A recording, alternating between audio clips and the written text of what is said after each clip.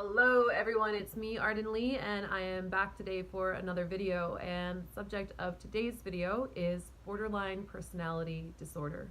Now, as with most topics in the field of mental health, this is likely going to be fairly controversial. I'm sure there's going to be a lot of feelings and triggers and beliefs around this subject, so I am just going to present to you my feelings and my findings and my observations as objectively as possible, and let you draw your own conclusions from that. At the end of the day, it really is about what works for you. I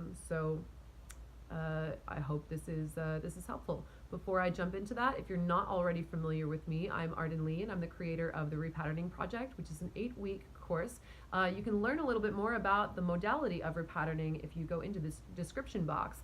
There is a link to a free PDF guide to tell you a little bit more about that, and there's also a link to the Repatterning Parlor, which is a Facebook group that I have created for like-minded individuals to come together who are all interested in sharing support on their own personal growth journeys. Virgil, please behave. To hack their beliefs for the purpose of optimizing their lives for happiness and success.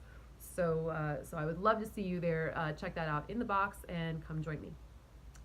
Borderline personality disorder is generally characterized by traits such as an intense fear of abandonment, a sense that the world around oneself is inherently dangerous, the tendency to idealize people very quickly upon meeting them, and then just as quickly to devalue them as soon as they fail to meet that person's expectations, and also an unstable sense of self, a lack of stability in one's self-image or sense of self. And so I wanted to of course unpack that so we're on the same page about borderline personality disorder before I jump in. But there was a study, a statistic that I read about 3 years ago, which has really haunted me ever since whenever I think about this subject or whenever the idea of borderline personality disorder is brought up. It is a study that I saw cited in the Handbook of Gender Research in Psychology, and it goes a little like this.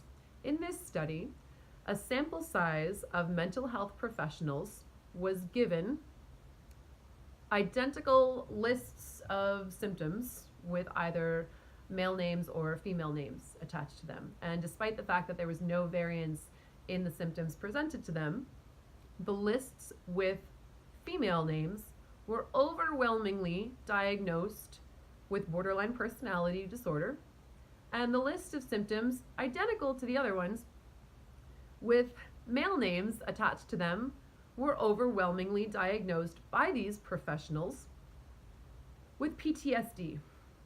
So, unpacking this a little bit, looking at the misogyny that is pervasive within our society, and in particular the misogyny that is rampant in the mental health industry, having been passed down from looking at the Victorian era and the trend of treating women for hysteria, which now we can understand as a very logical and reasonable reaction to living in a society where your needs and wants and desires are incredibly repressed by your social structures and the way that you're living, and you're treated like there's something wrong with you, when really the problem is with society, when it's really society is not giving you any option for a human way to live. Virgil, get off of the counter.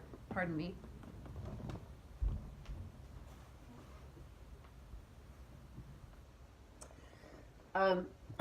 So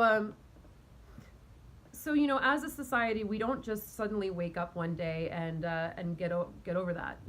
There are certainly remnants of those philosophies that we are still dealing with, and we would be very foolish to believe that the field of mental health has completely eradicated them all.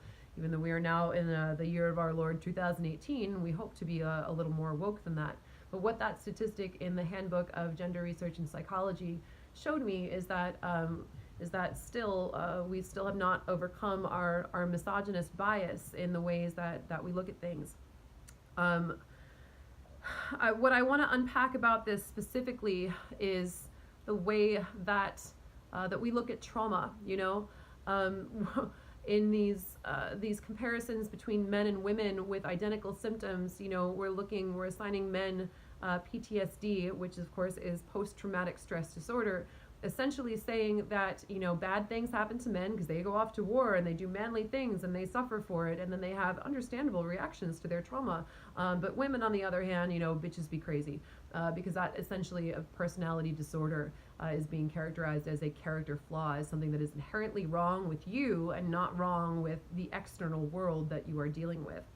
So my theory, from what I understand, is I believe that these symptoms, these characteristics of borderline personality disorder, are actually related to early attachment trauma, the early abandonment trauma in infancy or in early childhood.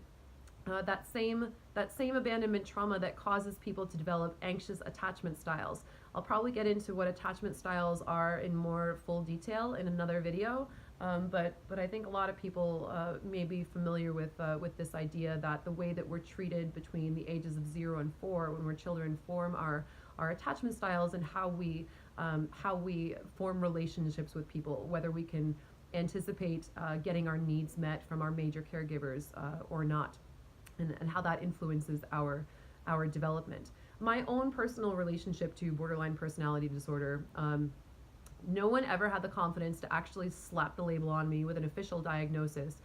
It was certainly thrown around in a couple of sessions that I had with psychological evaluators or psychiatrists or whatever, but mostly it came from an ex-boyfriend, a then boyfriend, who during the course of our relationship liked to try to tell me that there was something wrong with me, that I was crazy, that I most likely had borderline personality disorder because of the way that I was acting. However, what he failed to acknowledge in that relationship was the ways that he was traumatizing and re-traumatizing me. Of course, I was drawn. I take responsibility for being drawn to that relationship in the first place, because of course it mimicked the patterns that I was familiar with in my childhood. I grew up with an abusive parent, and I tried, I think the reason I had such an intense fear of abandonment, which, is a characteristic of borderline personality disorder, is that as a child, I tried to assert my autonomy by trying to emancipate myself from my abusive father, and I failed. Not only did I fail, but I was punished and humiliated in the process for trying to go to family court and adjust the custody schedule so that I could escape the abuse of my father. And especially when you're a young woman growing up in that era, I grew up in the 80s and 90s, and it's societal. It doesn't even have to be a specific trauma that happens to you. It's the way that your own specific traumas intersect with the beliefs that society is putting on you in the first place. And even looking at our traditions and looking at the way that we treat women in society, only assigning them value based on their relationships or what man they're able to define themselves in relation to in so many cases. And even when you look at our traditions, the tradition, for example, that feels really prescient to me in this moment is that tradition of a bride being walked down the aisle and being given away to her future husband by her father. That there's this idea that women don't just exist on their own, they're the property of their father until the day that they get passed on to a partner. Are you following me on this? Can you see how easy it was for me to develop the belief that since I couldn't emancipate myself from my abuser on my own, that I had to wait for a partner to come along and own me instead, that I couldn't just exist on my own and not be in a relationship. And there were certainly long stretches of time that I was not in a relationship because I understood that, well, first of all, I couldn't get into one because I was socially awkward. I didn't have my first boyfriend until I was 23, 22, 23. Yeah, about 22, 23. And then shortly thereafter, I got into that first long-term formative relationship with the ex-boyfriend who accused me of having borderline personality disorder. So of course I was going to attract a partner who mimicked so much of the abuse and neglect and abandonment that my father had as well, because I didn't understand how that recreating of patterns necessarily happens in our personal relationships, where it mirrors the relationships that we've had with our parents, because our parents essentially give us the example for how we think we deserve to be loved, even if we, you know, if we know better intellectually, we gravitate energetically toward that which is familiar to us and which is comfortable to us.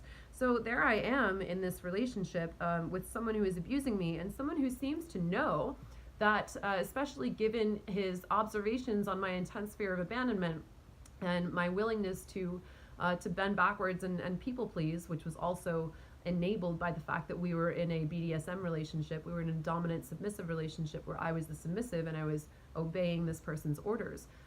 You know, the fact that he understood on some level that I was terrified of abandonment, it was my kryptonite, and then he could sort of hold that out in front of me in order to get me to continue doing what he wanted me to do and manipulate me in that manner. And then to accuse me of having borderline personality disorder because he was exploiting my intense fear of abandonment, and then saying, you know, when I had very predictable trauma responses to that kind of neglect and abuse and abandonment, to blame it back on me instead of looking at the externals. Really, when I look at that relationship, what I understand now is that I was absolutely suffering from complex PTSD from the man I was in the relationship with, as well as, you know, PTSD from the relationship that I had in my childhood with my father that I hadn't been able to fully address and heal yet at that time. And importantly, I really believe that if you look at the cluster of symptoms that comprises borderline personality disorder, what you're going to find is that they are all pretty understandable reactions to early abandonment trauma that causes an anxious attachment style. So of course, if we believe that we can't exist in the world safely by ourselves, which again, if you grow up with an early traumatic childhood, of fucking course you're going to believe that the world around you is fucking inherently dangerous. I'm sorry, but I'm angry about this. And of course, if you feel that you need someone else to be able to set your own boundaries for you and discern for you, because as a child you are not given your own autonomy, then of course you would look toward an outside figure such as a partner to be able to protect you and give you that nurturance that you crave. Sorry for the stitch in the video there. My phone ran out of storage, so as if this was not already a frustrating topic. So anyway, I want to wrap this up, but in conclusion, I'm really frustrated with the way that borderline personality disorder is thrown around so cavalierly, especially toward women, when we are reacting to societal traumas as well as personal traumas regarding abandonment, regarding our self-worth, and learning to become people pleasers. If you're a people pleaser, you know, naturally you're not going to have a stable self-image, a stable sense of who you are if you are always bending to please the needs of others so that you yourself will not be abandoned. And it really bothers me when I see so many otherwise amazing and strong and powerful women who have received this diagnosis, who start to wear this as a label. And as you know, that placing a label of any kind on yourself is something that is going to start becoming that self-fulfilling prophecy. And I see them, you know, really defining themselves by this idea that they have this personality disorder, which, in my opinion, is so often a very reasonable response to trauma. And I wish that we looked at those things a lot differently. So if you're someone who has been accused of maybe having borderline personality disorder in the past, I would encourage you to look into your history and see where you might be reacting to external forces, the same way that those male names on those lists of symptoms, you know, were assumed to be reacting to external forces around them. And if you are a mental health professional of any kind, I would really invite you to examine the way that you discuss and particularly diagnose borderline personality disorder. If it were up to me, we'd strike it from the DSM entirely. Thank you again for watching, and I will see you again soon.